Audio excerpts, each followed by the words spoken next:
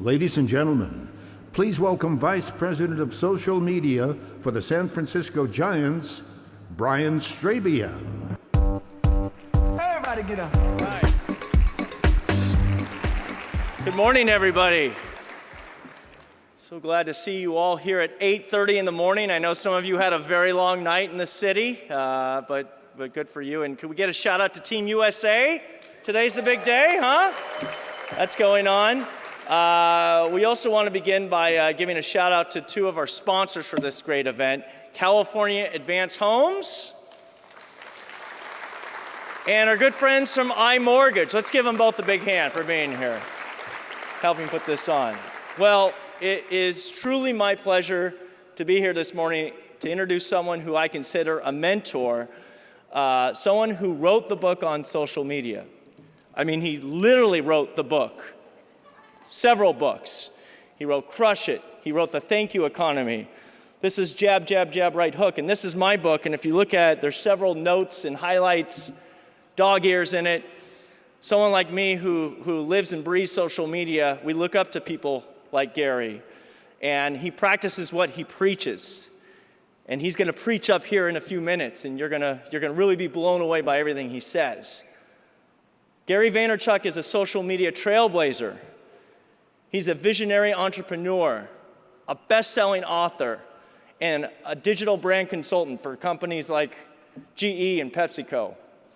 Now, he's also one of PCBC's highest ever rated keynoters, and he's back here with more of his trademark passion, irreverence, and no-holds-barred commentary on the future of business in the digital economy. Ladies and gentlemen, please welcome the future owner of the New York Jets, Mr. Gary Vaynerchuk. All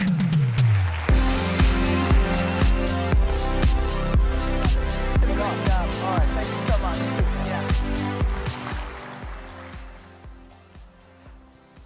Morning. Thanks for having me, and thanks for coming out. I know the U.S. soccer match going up against that, I'm pretty impressed with the turnout. I succumbed to thinking there was going to be 4 people here today and we're going to be in a kumbaya table, so I'm excited. By show of hands, how many of you saw my speech 2 years ago? Raise your hands. Great, thank you. And by show of hands, how many of you have no idea who I am? Please raise your hands. That fucking hurts. That's a tough way to start a morning. Okay, so I apologize for the 20-30% that have heard some of this, but since so many of you don't, I'm gonna set up a little bit of context. Then I'm gonna speak a little bit about what I would call the current state of selling stuff in America. I mean, we can call it social media, but I wanna make sure that everybody in this room understands the only reason I care about social media is because it sells stuff. And whether you're B2B or B2C in this room, trying to get to the consumer about your project, what you're building, or a vendor, or trying to get to the developers in this room and become part of that business model, I am completely convinced, understanding the context of this room and being here a couple of years ago, I'm completely convinced with my entire heart and soul that even the most progressive in this room are grossly underestimating what's actually going on in our society right now when you incorporate the digital changes we're living through, and that's what I want to focus on. The truth is, as I stand here, I'm about to give a keynote speech. I feel pretty good about it. It's gonna go well. You're gonna get excited because I get excited, all that good stuff. But then next Thursday happens, and all the rallying we're gonna do this morning kind of goes on the wayside when actual business gets in the way. And so, just to set the tone, my biggest agenda here this morning is to convince one person of the reality of the marketplace and have that one person actually execute. Let me explain. I was born in Belarus, in the former Soviet Union. I came to the United States when I was 3 years old.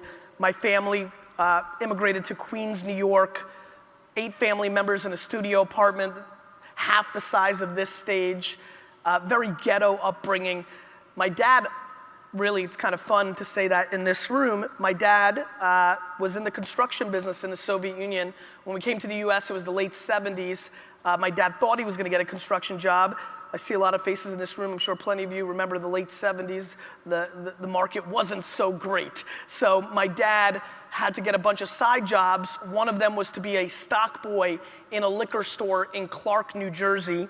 My dad commuted from Queens to Clark for an hour each day, getting paid $2 an hour. It was kind of that story, right? I kind of lived the American dream story, first generation immigrant. I probably associate with more of the grandparents of the people in this room than the people in this room. That's kind of my life. When we moved to Edison, New Jersey, because my dad became the manager of this liquor store in Clark, I started my first entrepreneurial venture. I had a 6 lemonade stand franchise. Now how many of you remember the big wheels, those little bikes? Remember, I used to ride my big wheels at the end of every summer day, collecting my cash from my friends like I was little Tony Soprano or something. So that was good, made a couple $100, which was a ton of money for our immigrant family, especially at age 6 and 7. When I was 12, I started my first real actual business. In 1987, if some of you recall, baseball cards were the phenomenon of America. And so I would do baseball card shows. I would rent a table for $200 and sell baseball cards in the malls of New York and New Jersey. And I was making $2,000 to $3,000 a weekend selling baseball cards at this age, which, if you're 14 and you have $30,000 in cash under your bed and you're not selling weed, you're doing a good job. So that was big. I do think, and thanks Brian, I do think that I will buy the New York Jets one day, but I do know that I will never be more rich than when I was 14 and had $30,000 in cash, because Nintendo was like $200. I didn't know what to do with the money, right? When I was 15, my dad ruined my life. Being the firstborn immigrant son, my dad had now executed on his American dream from 1978 when we came to the US until 1985. In that 7-year window, we spent $0 on anything. We saved every dollar, and that allowed my dad to buy a small liquor store in Springfield, New Jersey. He started building it up. I became a teenager, and as you can imagine, he dragged me into the family business like every immigrant family does, and he paid me $2 an hour to work in the basement bagging ice for 15 hours a day. So I went from making $4,000 to $5,000, $3,000 a weekend to making $30 a weekend bagging ice in the basement of my dad's store. I did that every weekend and every summer vacation for 2 straight years. I call those the dark ages. When I was 17, 16, I was finally allowed to come upstairs. Yeah. Who saw the movie The Goonies? Raise your Goonies. I was literally Sloth. Remember Sloth, who was like chained to the basement? That was me for 2 years at my dad's store. I was finally allowed to come upstairs and something very interesting happened. I hated the liquor business. I wanted to get involved in my family business because it's just kind of what you do when you're like that way. But I didn't want to sell liquor and beer, and it just wasn't that interesting to me.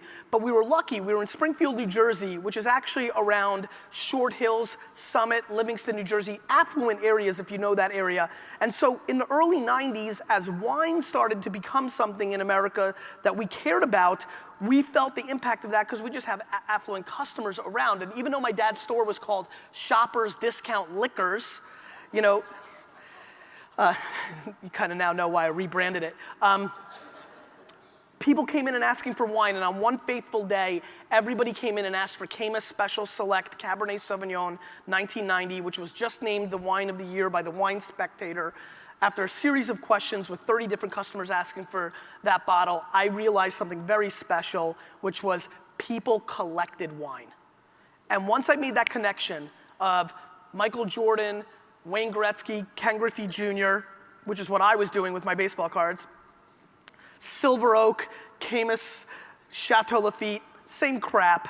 And so I took all my passion from learning about stats of sports to no 16-year-old in the world should know as much as I did about Pinot Noir and Sancerre and everything. And for the first time in my life, I went from, I'm gonna open up 9,000 baseball card stores one day, sell the franchise and buy the Jets, to I'm gonna open up 9,000 liquor stores and wine shops, sell the franchise, and buy the Jets, right? That became the plan at that moment. My freshman year of college, now I was a D and F student, and as a freshman in college, I probably spent 20 minutes on a computer in my entire life. I just want every single person to pay attention to what I'm about to say. I'm about to spend the next half an hour talking about technical stuff, computers and social media and the cloud, the internet, all this stuff. And I've been doing this a long time. And a lot of people in this room who are running businesses successfully long before all this stuff always like to say things like, Gary, I get it, but I didn't grow up with this stuff, right? I just want everybody to know, I did not grow up with this stuff. I was not techie. I did not own a computer. I was 19 years old when this fateful day happened where I was in my dorm room playing Madden 94, dominating by the way. My friend ran in, said you have to come and see this. I went to his dorm room. There's 10 dudes standing in front of a computer. I at least knew what a computer was, but like just to put into context, I had a word processor that I was supposed to use to write papers. I didn't, but I had one. And they're standing in front of it, and it was the first time I heard coo, ch, remember that sound? AOL, $4 a minute, dial-up internet. Real ripoff. Anyway, and I said this amazing statement. I said, is this the information superhighway? That's what we used to call it, youngsters. It was pretty sad. Anyway, and my friend Joe looked me dead in the face, and he said the words that changed my life forever, which was, he signed on, it was AOL, 1994, signed on, looked me dead in the face, and he said, we can get chicks on this thing.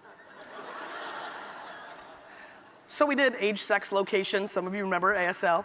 I waited, this is how to put it into context. I waited 4 hours for my chance to get on the internet. I watched for 4 hours 10 other people sit down and go on the internet because it was that mind-blowing. This is only 20 years ago to put it into context, right? I jumped on and within 15 minutes, I realized, poking around, clicking, hitting a couple buttons, I realized, holy crap, I can sell stuff on this thing. And it was the first time I ever thought about not spending the money or time or infrastructure to launch 9,000 this or 9,000 that. I said, I can launch something on this, sell it, and buy the New York Jets. This is where it starts becoming important to you guys. In 1998, I went into my family liquor store business full time. In 1996, while still being a sophomore in school, I launched the second ever e-commerce wine business in the US called WineLibrary.com. I rebranded my family business to Wine Library, and from 1998 to 2005, in a 7-year window, I grew my family business from a $3 to a $65 million business. Now, here's what's important where it crosses over to us in the building industry. I did a lot of things in that 7 years that map to a lot of things that are being done by the practitioners here, which was traditional marketing. I did the yellow pages. I did newspaper ads. I did local radio. I did buy in the B2B magazine. I did buy billboards and local cable. And I did so much goddamn direct mail that I still look at trees sometimes and think they're pissed at me. I mean, I did all those things. But there's something else I did that I want to harp on in this room today that is what matters. I have now had a 20-year professional career. I built my family business to a large business. I started a social media agency 4 years ago with my brother AJ. I've grown that from 20 to 400 employees and to a $50 million revenue business in 36 months. I invested in things like Twitter and Facebook and Tumblr and Uber and Birchbox and have watched these businesses go from seed round funding to billion-dollar companies in 5 years. I also have General Electric and Mountain Dew and Dove and GE and all these enormous Fortune 100 companies as clients for the last 4 years. I've seen small businesses, entrepreneurship, Fortune 500. I've played the gamut. There's one thing that I want every person in this room to think about. If you write down anything from this talk, if that's how you roll, or if you remember anything from this talk, let me explain to you the one thing that connects all those businesses that I've seen win, and the one thing that connects all the businesses that I've seen lose, AKA when I begged with all my heart for Blockbuster to pay attention to this thing called Netflix, and they didn't give a shit. And now they give a shit. Unfortunately, they're dead, so they don't give anything. So the one common thread, the one thing that binds every person in this room, whether you're a vendor, B2B contractor, developer, the one thing that is a common theme and is going to be the variable, the single variable to why people in this room 10 years from now are successful versus the ones that are not going to be as successful. There's only one variable. The one thing that I'm good at, the one reason that I've been honored to be able to stand in front of you again here today, twice in 3 years, the one reason I've been able to build businesses so quickly, pick startups that have made me a lot of money by going public, like Facebook and Twitter and Uber next, is I actually suck at 99% of things when it comes to business. I'm super ADD, I'm not that organized, I make a lot of mistakes, I'm chaotic, but there's one thing that got me here, and it's the one thing I want everybody to focus on in this room. The one theme for success is, are you marketing in the year that we actually live in? And I just want to sit here for 13 seconds quiet for a dramatic pause, because I want everybody to really think about what I just said. If you are sitting here and you think about how you spend your time and money to make more money, and it doesn't map to the behavior of the people that you're trying to sell to in 2014, you are vulnerable. Why did Blockbuster go out of business? Blockbuster passed on buying Netflix for $25 million. They passed. They sat in a boardroom and they said, next agenda, Netflix. Do we want to buy it for $25 million? By the way, this is like 7 years ago. This is not so long ago. And they passed. Do you know why? My favorite thing in business, and some of the bigger organizations here, people are going to start laughing. Their data showed that their customers didn't care. Their data showed that their customers liked going to the store and touching the DVDs. Their data showed that their customers liked going to the stores because they might serendipitously run into one of their neighbors. That's what their data showed. I don't know about you guys, but here's the experience I like. Pressing one button while I'm naked in bed and watching the shit that I want to watch.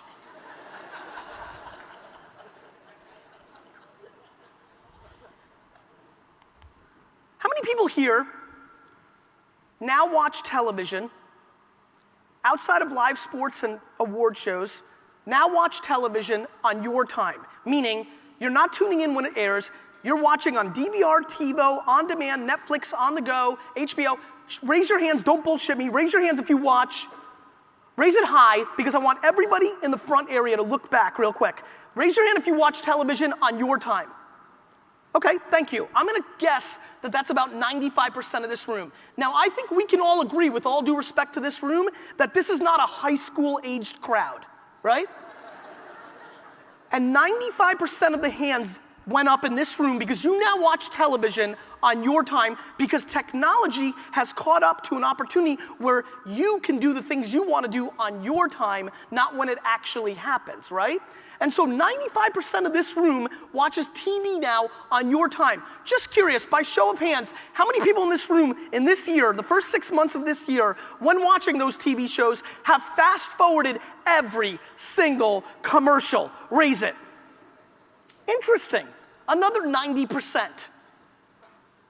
Meanwhile, $10 billion in money is spent to make commercials and distribute them to tell you a story about the products. My clients are spending billions of dollars trying to tell you how good their soda or bottled water or services.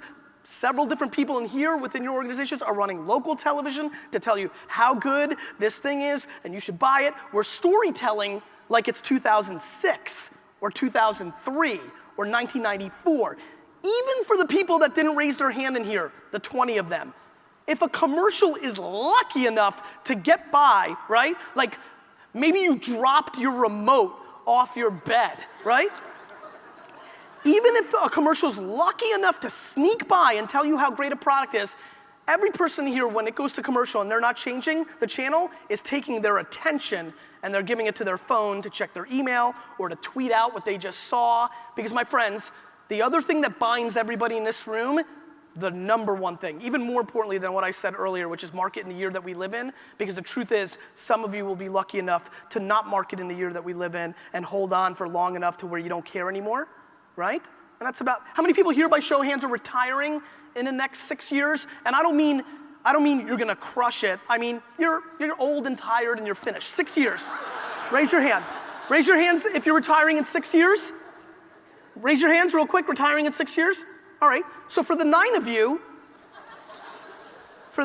in this room, I respect you taking where I'm going with this with a little bit of a grain of salt. You're probably gonna be able to hold off just enough to where it's not gonna move fast enough to really disrupt your current landscape of business, and you'll be on your way fishing, camping, enjoy it. Thanks for all the hard work. But for the rest of you, the speed in which innovation is happening is extraordinary. And that's what we need to focus on. How many people here spend money trying to reach, how many people here consider themselves in B2B? Raise your hand. B2B. You're trying to reach somebody. Great. And how many people consider themselves B2C? Raise your hands. Great. So more B2C, which is where this really matters, but I would argue that the 30% of this room that's in B2B doesn't actually think this is very important to them. That they feel like, well, my customers or who I'm trying to reach are not on these platforms, right? That they're not, the decision maker is not spending his or her time on Facebook or Twitter or things of that nature. Let me paint you a picture of how we do B2B business. My current agency is B2B. I can tell you there's a really remarkable tactic. I've been trying to make my keynotes less philosophical and more tactical so people leave and actually get impacted by them, not just emotionally, but it changes their bottom line. So for the B2B people in this room, I want you to really pay attention to what I'm about to say. I landed a $4 million account for my company very recently, spending about 17 minutes using social media. Let me explain. I have been in B2C with the $70 million wine business. I'm now in B2B.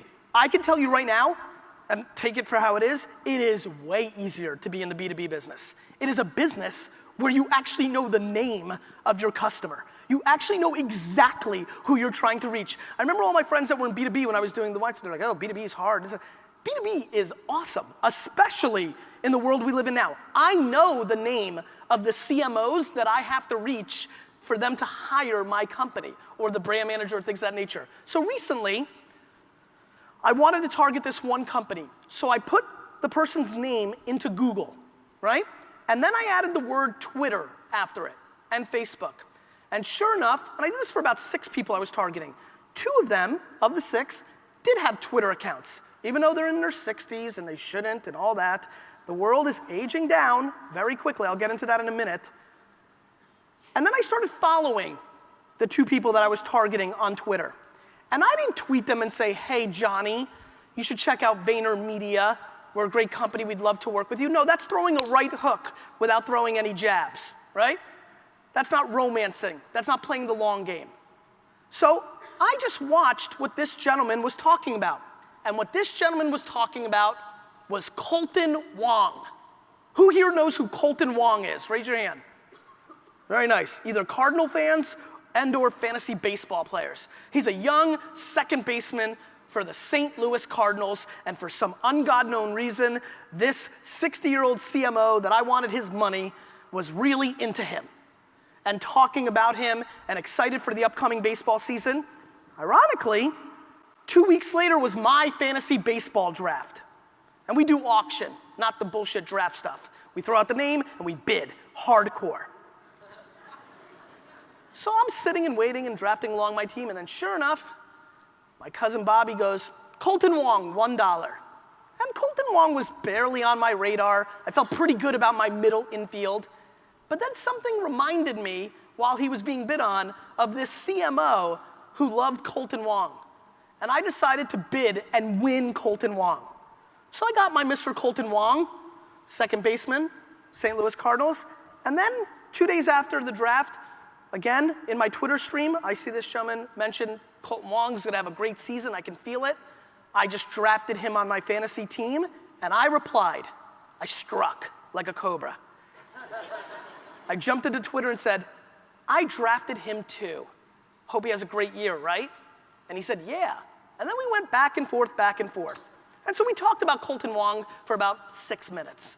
And then about 3 weeks later, there was a little more banter. He talked about something. I jumped in, reminded him I was the Colton Wong guy. We talked about something. And this time, he took notice of my profile. And he said, what's VaynerMedia? And I said, oh, it's my agency. We do social media. He said, that's funny. Send me a DM, which for everybody here is Twitter terms for a direct message, not public. And he invited us to come and meet with him. We met with him. We landed the business.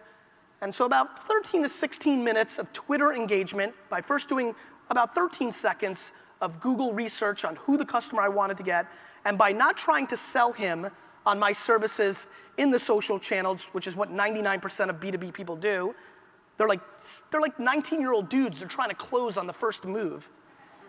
You guys know what I'm talking about.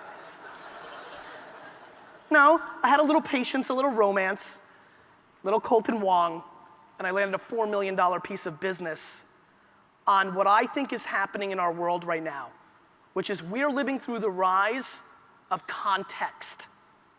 If you are not sitting in this room and not realizing there's a word that you should really care about, and it's called context. Context is what's selling. We live in a world right now, my friends, where content is abundant.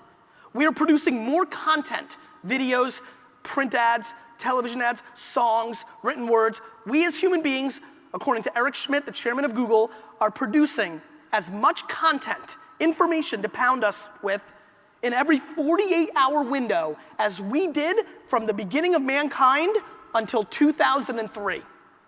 Let me just say that one more time. From the beginning of mankind until 2003, every word, every video, every song, print ad, television ad, catalog, direct mail, everything we created is now being replicated in every 48-hour window. Yeah, no wonder our kids are ADD, right? No wonder it's so fast-paced. Hey, this is a good crowd for this. I have a lot of empathy for this. Do you guys remember when our work days actually ended? Right? Right? Remember like back in the day when like, you know, I used to think I was a workaholic. I got to the store at 8 o'clock in the morning, I left at 10 p.m., but at some level it was kind of over at 10, right? I got to get home at 10:15 and like it was over. Now, if I get an email at 12:03 in the morning, like people expect me to reply at 12:04. We are living in a 24/7, 365 world. My friends, that's why all of you are watching television on your time. We value time now more than we ever. Watch this. I'm about to blow some of your minds completely out of your head. Watch this. By show of hands, and don't be embarrassed, by show of hands, how many people in this room now actually get upset when another human being calls them? Raise your hand. Raise it high. As a matter of fact, do me a huge favor, and you're gonna get lazy on me. Please stand up. I'm watching you. Please stand up. I see you, sir. Don't get lazy on me. Yeah, that's right. You in the blue. Please stand up. If you are upset, liars, and don't get lazy on me. Circulation's good. There's a couple more of you. I will run to you because I saw you raise your hand. Please stand up. If these people in this room, this many people right now, are actually upset when another human being calls them. Let's clap it up for these pioneers.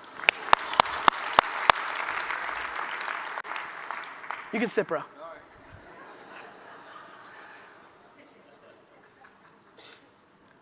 When I come back in 3 years, 85% of this room will stand up to that question. What those people understand or have started feeling is they don't understand why you are calling them on your time and disrespecting their time. You can text, you can email. As a matter of fact, how many people here have started texting or have been on the receiving end of somebody texting them saying, can I call you right now? Raise your hands. That's almost everybody in this room. Think about that. We subconsciously understand that we are now, that's us being polite to the other person. We're respecting other people's time. Uber, how many people are familiar with Uber?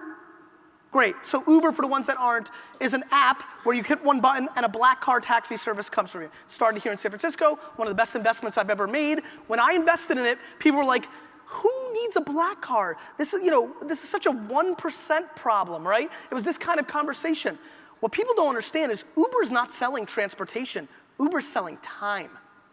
In New York City, everybody told me it would have no prayer. We have the best transportation system. You can get around easily, but if I can get an Uber that guarantees it's gonna be there in 4 minutes versus the chance that I can't get a cab for 5 minutes, I'm doing it because we value time. My friends, the people in this room that are selling, whether B2B or B2C, you are not respecting your customers' time.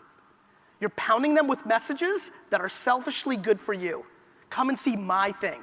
Come to my open house. Check out my development. Check out my thing. You are pounding them. The people in this room that understand in 2014 that we are now living in a world where I look at all of your faces, and it's a good looking crowd. I look at all of your faces and I say to myself, every one of these people is in the media business first, and then what they think they're doing. As you sit here and you think about what do I do for a living if I asked you one by one, I'm telling you, you're in the media. You need to educate me about mortgages, not sell me mortgages. You need to educate me not only just about mortgages, but everything that has to do with the home world, and then I will respect your business even more. We need to provide value, supply and demand of attention. We are living through a massive problem with supply and demand of attention. Everybody here is being fragmented. What do you think, your direct mail piece? How many people here can't wait to leave this conference, go home, open their mailbox, and carefully go through their direct mail? That's what I thought. Yet, plenty of people here are marketing in a way that doesn't map to their behavior. Plenty of people here are spending tons of money and tons of effort trying to get to customers. How many people here want to get cold called? 0. How many people cold call? Plenty. Got it? How many people here love going to their LinkedIn and getting spammed by 80 people that are trying to get to them to sell? Nobody? How many people do it? A shitload. We market in a way that has nothing to do to the way that we want to be sold. And that blows my mind. The bad behavior that is going on in the business world in 2014, right this minute, in a world where there is alternatives that we could be looking at, is interesting to me. Meaning, how many people here by show of hands, and if you raise your hand, I swear to God, I'm gonna run out to you, ask you where you're doing it, and double check, because I don't want you to lie to this question. I will double check, and then I will tweet to my 1 million followers that you are a liar. How many people in this room are doing Facebook dark posts to sell for their business? Raise your hand. 0. My friends, this is the creme de la creme of this industry. There's not a person that raised their hand to that question. As a matter of fact, watch this. How many people here have no idea what the fuck a Facebook dark post is? Raise your hand. Very good, everyone. I stand in front of you right now, June 2014, and I tell you that Facebook dark posts is the best converting to sales product that I have seen since Google AdWords in 1999. In 15 years of marketing, banner retargeting, website content production, Twitter, Facebook organic for the last 5 years, right this minute, Facebook dark posts. They are also known as Facebook unpublished posts. What they are is, how many people here have a Facebook fan page for their business? Raise your hand. Great. So a lot of you remember for the last 5 years what we've been doing, right? Build up your fan page, right? Like an email list. Build up your page and then put out stuff to them. And it's better than email because the truth is they see it and they could share it so it has the word of mouth that email used to have. Guys, do you remember back in 1997, 98 when we used to get an email and we would forward it to everybody in our address book? Remember that behavior? Crazy. Anyway, how would you like to, friends, be able to reach every single person on Facebook if you wanted to? That's what a Facebook dark post is. No longer do you have to build up a fan page. You now have the ability to go on an admin in Facebook and create a query. Maybe you want to target people that just got married, right? And just changed their job in the last week. Might be somebody who is moving and looking for a new home, right? Or how would you like to target somebody who spent $50,000 at Home Depot in the last 60 days. Or a million other queries that now Facebook has on the back end that allows you to target 17 people with these 7 different variables, or 17,000, or 17 million. You wanna go broad? You wanna target 18 to 31-year-old females that like Beyonce? You're able to.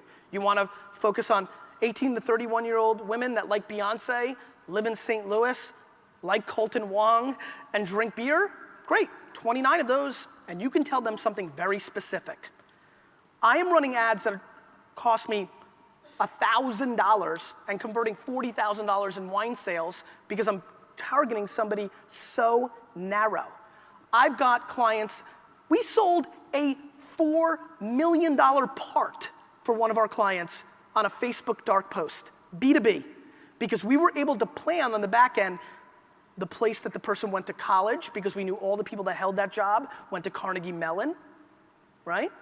And so, my friends, please, if you leave with anything from this, leave with, go Google what a Facebook dark post is. Go give that information to whoever runs your marketing, and understand that what I talk about, where all my money is being made, where all the business opportunities are, is to market in the year that we live in. Right now, Facebook dark posts cost a certain amount. In 24 months, when everybody's doing Facebook dark posts, that same thing that you can run for $1,000 is gonna cost you $15,000.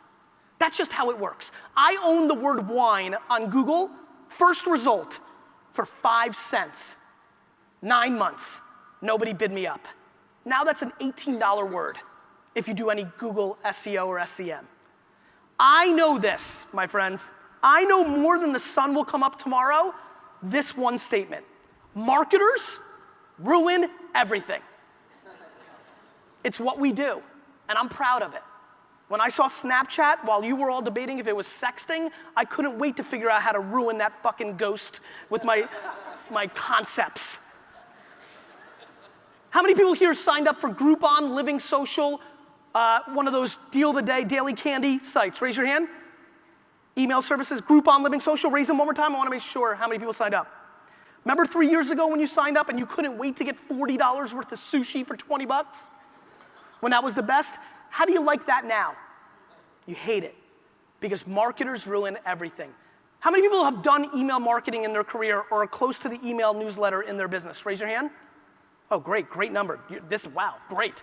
Wait to hear what I'm about to tell you. 1997, winelibrary.com email service. 1997, 400,000 people on the list, 89.9% open rates. Just for the people that don't do email marketing in here, if you're in the 30s right now, you're a genius, right? Why? Marketers ruin everything. In 1997, how many people had email in 1997? Raise it. Remember? We read every goddamn word. Because marketers hadn't ruined it yet, spam hadn't taken over, and you just read everything because you thought they were letters. That's what we did with letters. We read everything. Same thing's happening on Facebook right now. How many people have Facebook on their phone and check it once in a while? Raise your hands. Great. So as you know, you're going through baby pictures, friends pictures, this and that, but then something but it seems right because you're into it.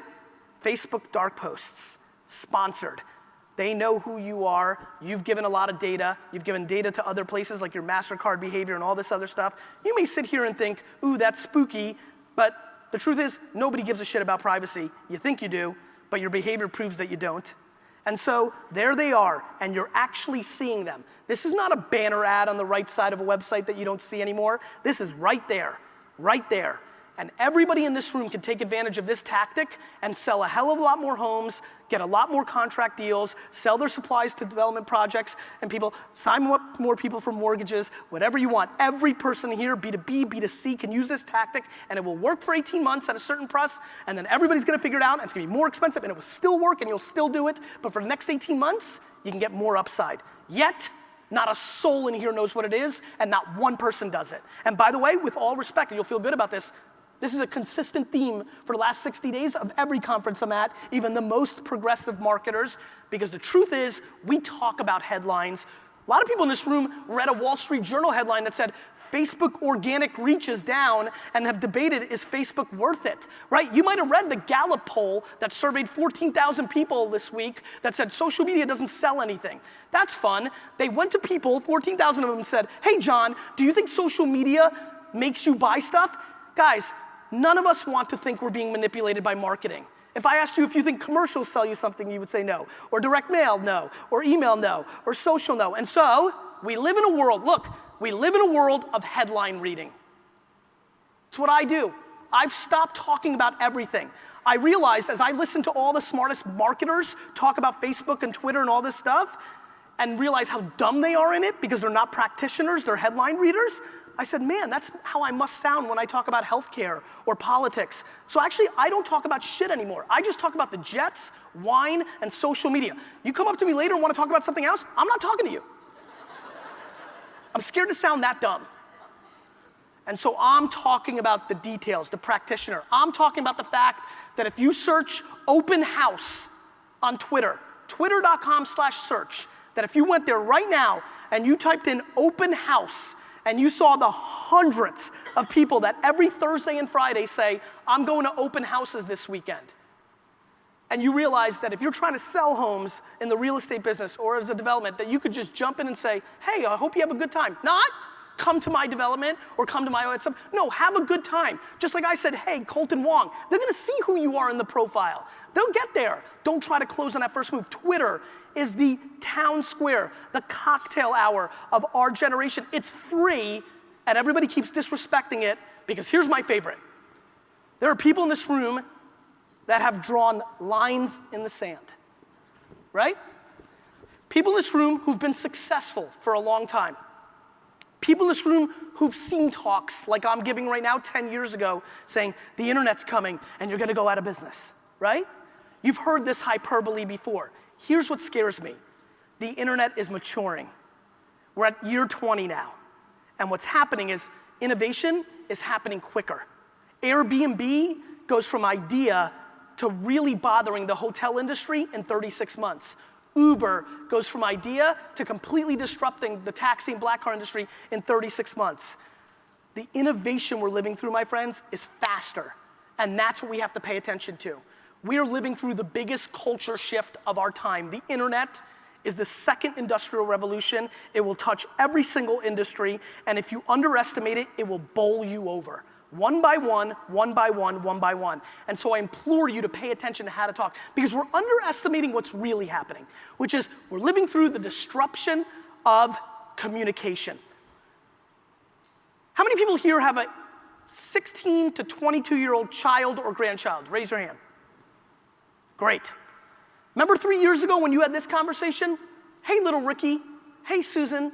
I don't give a crap how you talk to your friends, but when your father and mother call, you pick up the damn phone. Remember that?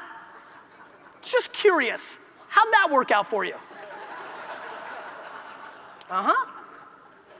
And for the people in here that don't have a child in that range, the reason they're laughing is this. There are grown-ass men in this room who in the last 24 hours have texted LOL and OMG.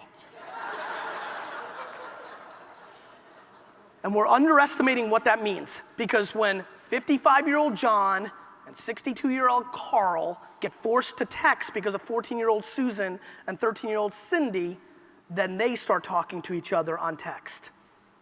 We are living through the youthification of our society, my friends. The biggest trend that everybody has to figure out here, because you may say, oh, well, the 20-year-olds are not buying the kind of homes I'm selling, right? What you're underestimating is the youthification. If you're lucky enough, I want you to sit here and think for a second. If you're lucky enough, fortunate enough to have known your parent at the age that you are right now, if you're lucky enough to be sitting here and know how old you are and knew your parent at that age, just think for 1 second right now how much older they were at your age right now than you. It's remarkable. If you look at the data right now, the average 46-year-old woman in her behavior, what she wears, what she spends her money on, what she does for entertainment, how she rolls. The average 46-year-old woman right now acts more like a 29-year-old woman just 10 years ago. As a matter of fact, you guys familiar with selfies? Who knows what selfies are? Got it? Here's a good one. The fastest growing sector of people taking selfies are 40 to 48-year-old women. That's right, friends. Cougar selfies.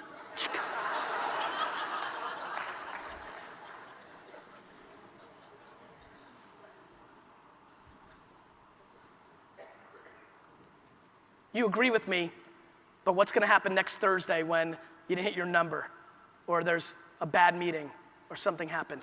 We need this room, this industry, with 0 hands on Facebook dark posts. I don't even wanna get into Pinterest. Don't even get me started on Pinterest. Pinterest will be the single most important platform for this industry in 36 months. Write it down. Pinterest will be the most important platform digitally for everybody in this room, because Pinterest is intent to buy.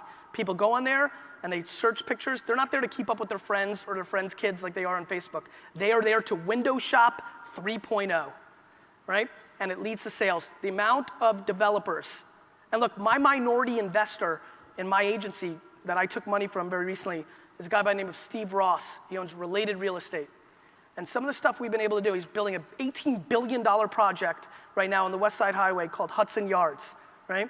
And when I look at what they want to do to promote it, which is, let's buy full page ads in the New York Times, right? And all that stuff, it just blows my mind. And when we show them just the little things that a Pinterest or a Facebook can do for 1/100th of the price, and that's what I'm talking about, my friends. Instagram, another platform, but you can't track the sales. It's like print. There's no linking out of Instagram. However, every 15 to 35-year-old in America right now is spending an ungodly amount of time in their Instagram account. It is the new Facebook. And so there are plenty of things going on, and we can continue to ignore them. You're more than welcome. You're gonna roll and run your business the way you want to.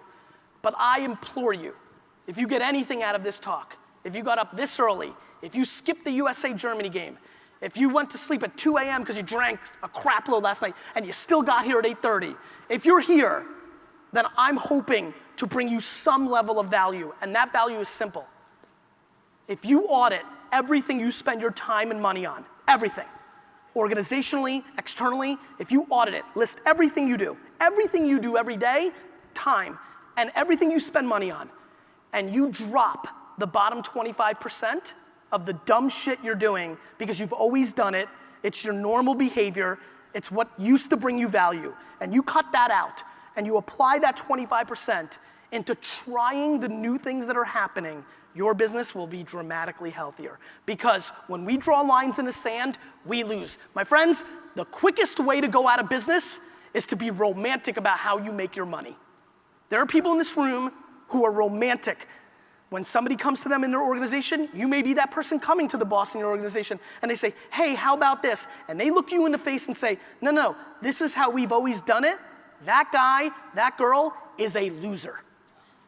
I'm not joking. That is a losing player in business, and I'm not trying to soften it. That is a losing mentality. I'm trying to put myself out of business every day. I don't give a shit about social media. I can't wait for Oculus Rift, virtual reality, and robots, and smart watches. I'm ready, because the truth is, innovation doesn't care about you or me.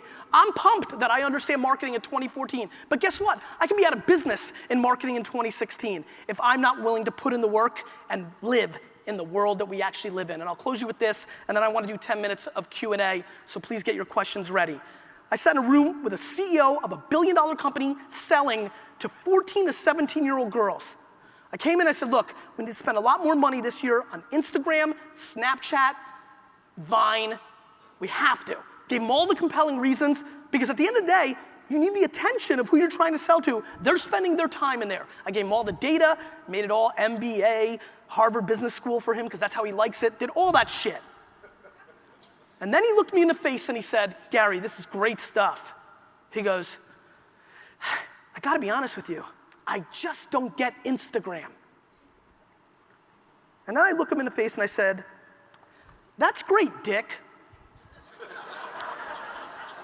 Oh no, that's his name. Sorry. I go, that's great, Dick.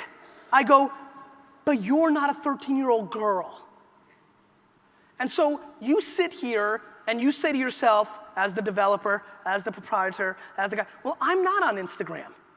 But I don't check Facebook. it doesn't matter what you do. It matters what your customer does.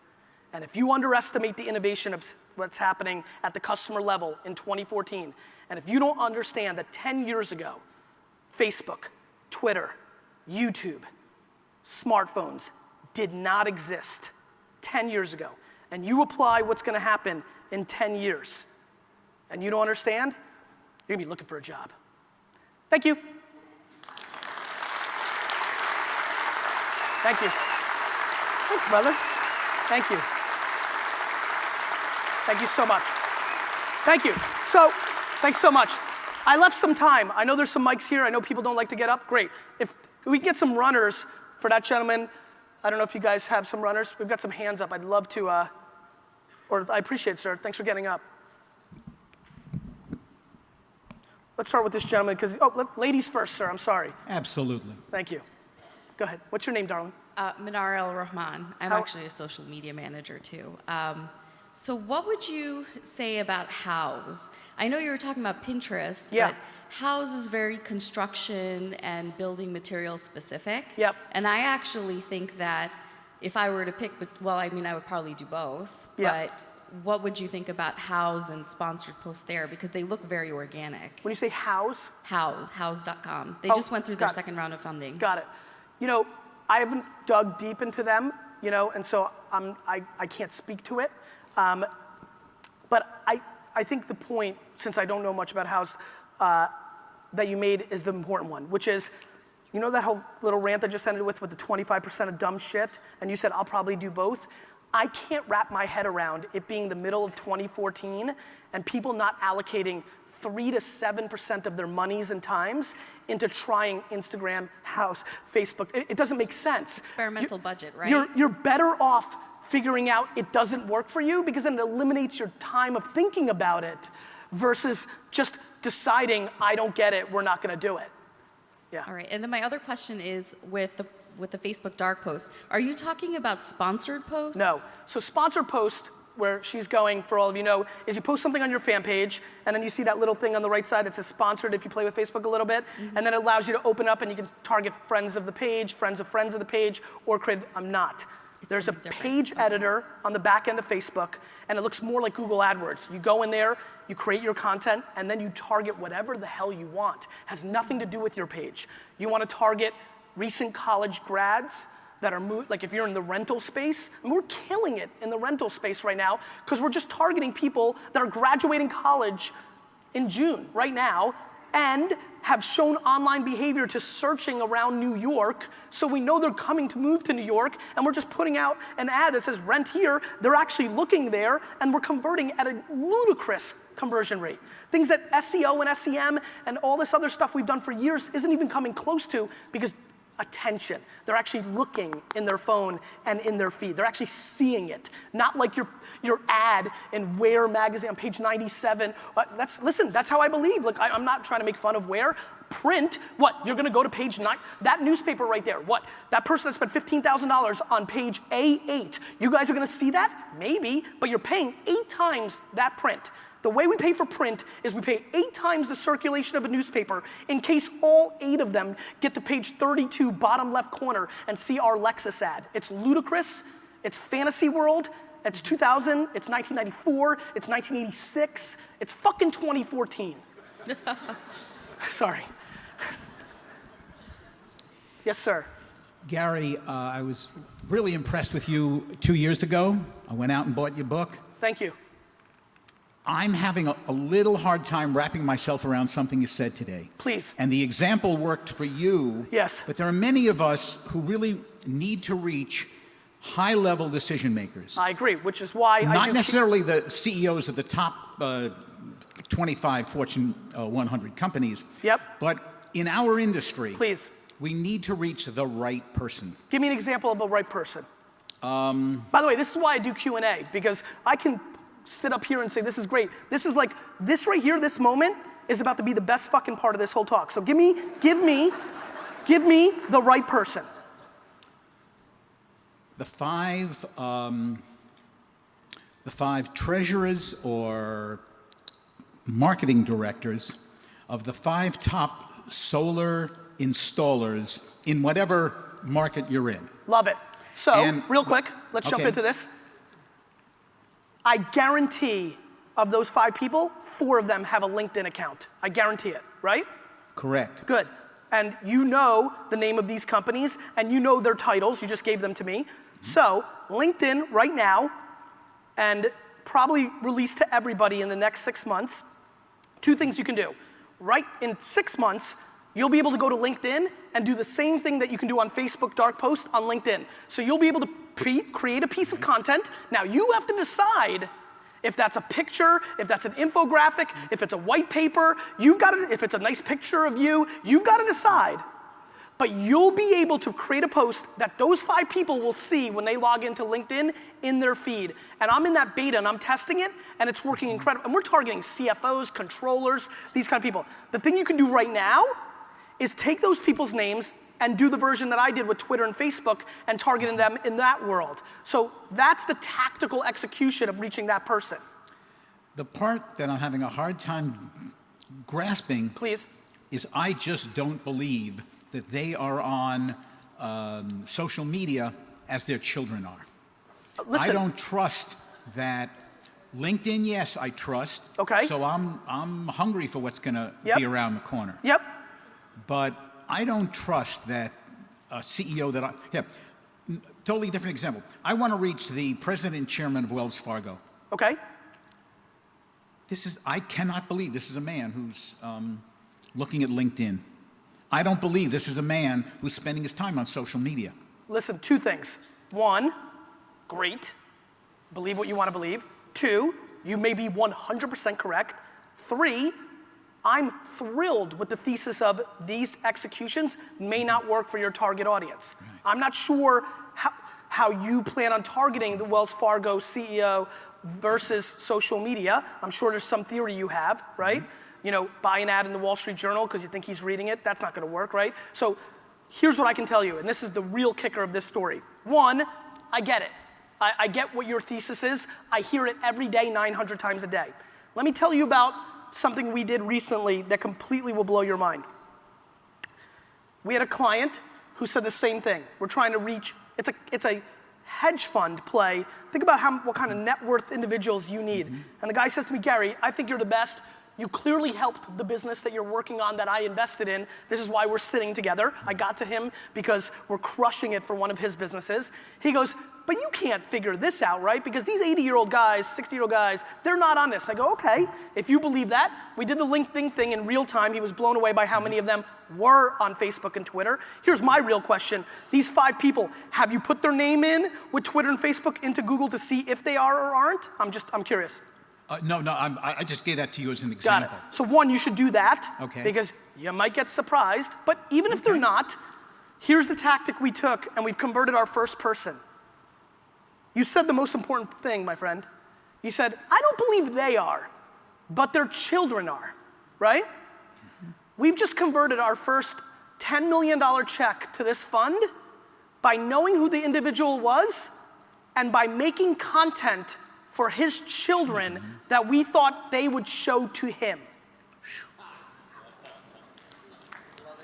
We made a piece of content. That was worth the price of admission. You can stop right there. And I'll give you another example. We just started working with a retirement home, and we're targeting 50 to 70-year-olds who are putting their parents into the home. Everybody doesn't think 50 to 70-year-olds. The fastest growing sector in Facebook is 50 to 70-year-olds. And they're sticky, right? Once they're there, they're there. And they're like, for anybody here who's in that range or has a parent in that range, you know that once your parent gets into that world, they're just bothering the shit out of you. This Facebook thing's incredible. I'm telling you, Mom. All right, last question. I see him at 00. Gary, I'm getting ready to go have breakfast with an executive for Twitter. He'll be writing you an endorsement check later. That's cool. This industry is one where approximately 85% are searching for their new home online. Everyone heard that statistic. Only 40%, according to Burrell, of developers and home builders even spend their money online. Yeah, no, I know. So, I saw that. Okay, and then there's another percentage, 1% of expected sales should be spent on marketing. Yep. So there's a $1.4 trillion home industry. Yeah. I mean, there's $1.4 trillion of new homes sold every year. Look, 1% of that, 14 billion. No one in Look, here bro, think, I mean, I'm so pissed off about this data because I've looked at it. Yeah, that if you fuckers don't move soon, I'm coming into this business and putting you out of business. So here's what you're our disruptor, which makes your methodology great. But these guys are trying to do it themselves. Yeah. Okay, and the challenge with these engineering, construction, finance minds, because I deal with all of them, and I was an ex-banker, now technologist. Yeah. Is what's the metric? So we used to measure cost per lead. Yeah. Cost per lead, Trulia, Zillow, New Home Source, cost per lead. Well, with our CRM, we track B-back. So we don't just see where the buyer sourced from, what their lead source was, cost per lead, but what's their B-back? Where do they come back to your content? Of course, because that's how marketing works. Right, so Smart Touch is about the 52 touch points it takes over 290 days to reel in a buyer. Okay. But we can't convince this industry to hire vendors to do it for them because they're not measuring the ROI. They're having a hard time saying, okay, if I invest in your digital media agency, your social agency, they'll hire vendors to do their sheetrock and their foundations and project. I mean, there are developers that I know that have no staff. They're one guy, a finance team, and they're all their vendors. Yet they're still trying to hire one person in-house to do it themselves. And I think it's because they can't get their head around the metrics. How do I get an ROI out of social media? Can you talk about that for a second? The only two pieces of advice I have for you are this. One, the biggest way I've been able to win the ROI conversation is by auditing the ROI of everything else they do, right? So they've made the mental commitment to running an ad in the local newspaper or the local magazine or outdoor media or calling or direct mail or whatever, and then I just asked them, what's the ROI? And the truth is, nobody's got good CRMs. They don't know. They've just accepted it. They've made the decision that this has an ROI because we've been doing it for 80 years. That's number one. Number two, I'll be very honest with you, and this is now for you and your business because I noticed how you set it up. I have spent 0 minutes, 0 seconds, 0 hours, 0 days, weeks, months, years trying to convince somebody to use me or my company. There's enough people that are at least somewhat interested. The notion that I'm gonna convince somebody or spend my time and effort in 2014 to make them convince to use this stuff and do this stuff, I have no time for that person. 0. Spend all your time being on the offense, not the defense. The defense is meeting somebody who's a big get and they don't get it, they don't care. I mean, I met with Albertsons, had a real long conversation. Their CEO could care less, and I don't give a fuck, right? Because I just move on to the next. There is no follow-up. There is no knock again in 2 weeks. There's no hit me up in 6 months. I just look at that dude and go, good. When Amazon puts you out of fucking business, I'm gonna laugh in your fucking face. I'll leave with that. Thank you.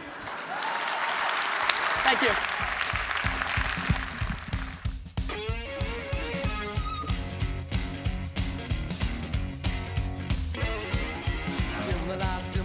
Dim the lights low. You can come and join me, sit around the piano.